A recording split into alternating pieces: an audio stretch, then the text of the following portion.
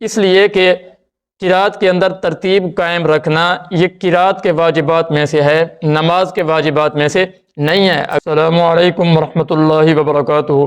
ناظرین کرام، آج کی ویڈیو کا ٹاپک نماز میں قرات کرنے کے متعلق ہے کہ اگر کوئی آدمی نماز کے اندر قرات خلاف ترتیب کرتا ہے تو آیا ایسا کرنا جائز ہے یا نہیں، یا اس صورت میں اس آدمی کی نماز ہوگی یا نہیں۔ میرا نام محمد اسلم ہے۔ اگر چینل پر نئے ہوں تو اسلامی معلومات کے لیے اور اسلامی مسائل کو جاننے کے لیے چینل کو سبسکرائب کر سکتے ہیں۔ اگر آپ نے کوئی مسئلہ پوچھنا ہو تو اسکرین پر دیے گئے واٹس ایپ نمبر پر آپ مجھ سے رابطہ کر سکتے ہیں، انشاءاللہ وہ مسئلہ آپ کو بتا دیا جائے گا۔ ناظرین کرام، اگر کوئی آدمی جان بوجھ کر قصداً اور ارادتاً نماز کے اندر خلاف ترتیب قرات کرتا ہے، یعنی جو صورت پہلے والی ہے وہ اس کو دوسری رکعت میں پڑھتا ہے اور جو صورت بعد والی ہے وہ اس کو پہلی رکعت میں پڑھتا ہے، ایسا جان بوجھ کر کرنا نماز کے اندر یہ مکروہ تحریمی ہے، حرام کے قریب قریب ہے۔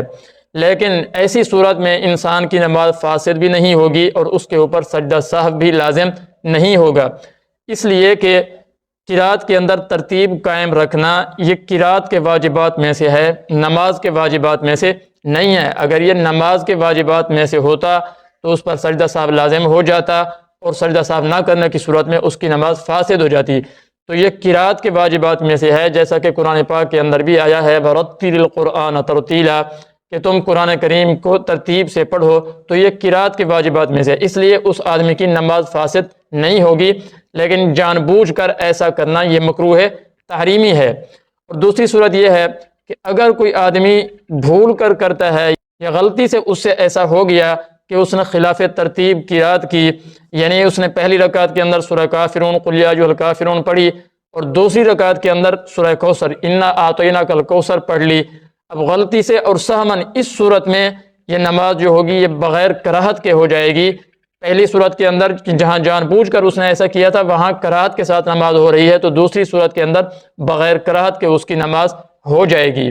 اور یہ دونوں صورتیں فرض نماز کے متعلق ہیں، یعنی جو ابھی جو صورتیں بیان کر دی ہیں، جان بوجھ کر کرنے کی صورت میں مکروہ تحریمی ہے اور سہون بغیر کراہت کے نماز ہو جائے گی، تو یہ فرض نمازوں کے متعلق ہے۔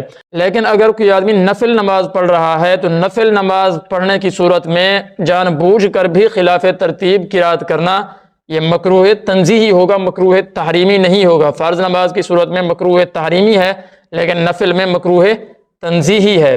لیکن بہتر یہ ہے آدمی کے لیے، چاہے وہ نفل نماز پڑھ رہا ہو چاہے فرض نماز پڑھ رہا ہو، کہ وہ قرات کو ترتیب کے مطابق کرے، خلاف ترتیب قرات نہ کرے۔ تو بہتر اس کے لیے یہی ہے کہ وہ قرات ترتیب کے مطابق کرے۔ اللہ ہمیں عمل کرنے کی توفیق عطا فرمائے۔